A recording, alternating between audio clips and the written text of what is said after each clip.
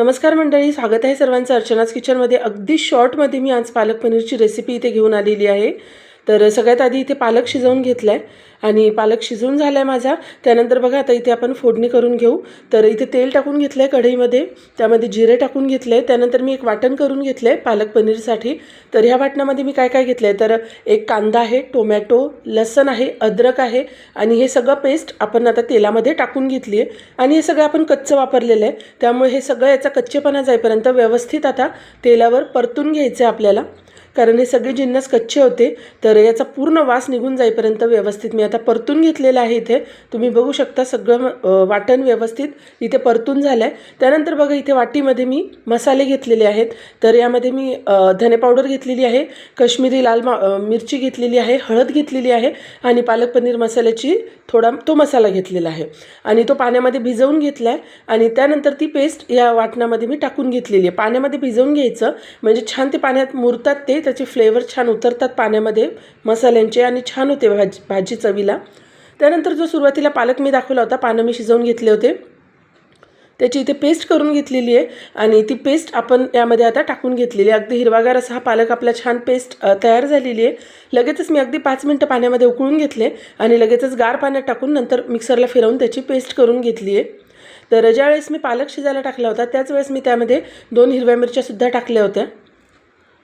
तर आता हा पालक पेस्ट आपण व्यवस्थित यामध्ये मिक्स करून घेऊ आता।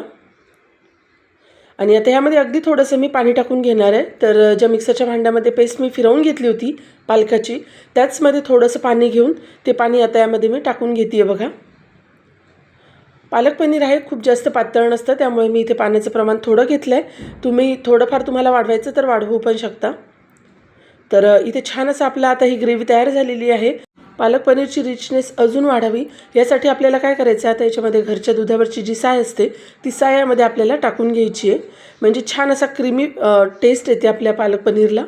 तर इथे बघा मी घरच्या दुधावरची साय काढून घेतली आहे आणि ती सायसुद्धा यामध्ये टाकून घेतली आहे। आणि तुम्ही बघू शकता साय टाकल्या म्हणजेच मलाई टाकल्या किती छान असा शाईन अशी आलेली दिसते भाजीवर। तुम्ही जर आज पहिल्यांदा या चॅनलवर व्हिडिओ बघत असाल तर लगेच चॅनलला सबस्क्राईब करून घ्या, कारण अगदी साध्या सोप्या पद्धतीने ह्या चॅनलवर तुम्हाला रेसिपीज बघायला मिळतील।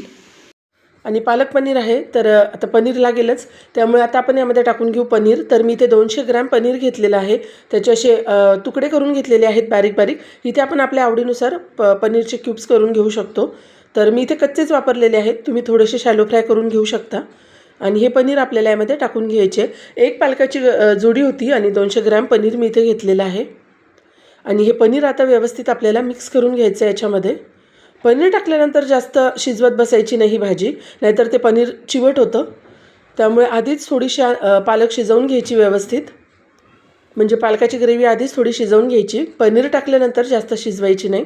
तर आता फक्त आपल्याला यामध्ये मीठ टाकायचं राहिलेलं आहे।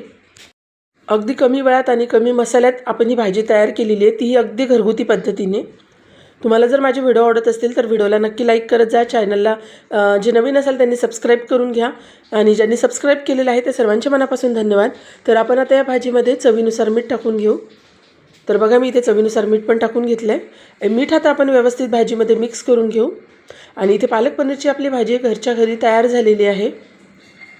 कसा वाटला तुम्हाला पालक पनीरचा हा अगदी शॉर्टमध्ये केलेला व्हिडिओ आवडला असेल तर व्हिडिओला नक्की लाईक करा, त्याचबरोबर चॅनलला सबस्क्राईब करा। परत भेटूया नवीन रेसिपीसोबत नवीन व्हिडिओमध्ये। व्हिडिओ शेवटपर्यंत बघितल्याबद्दल सर्वांचे मनापासून धन्यवाद।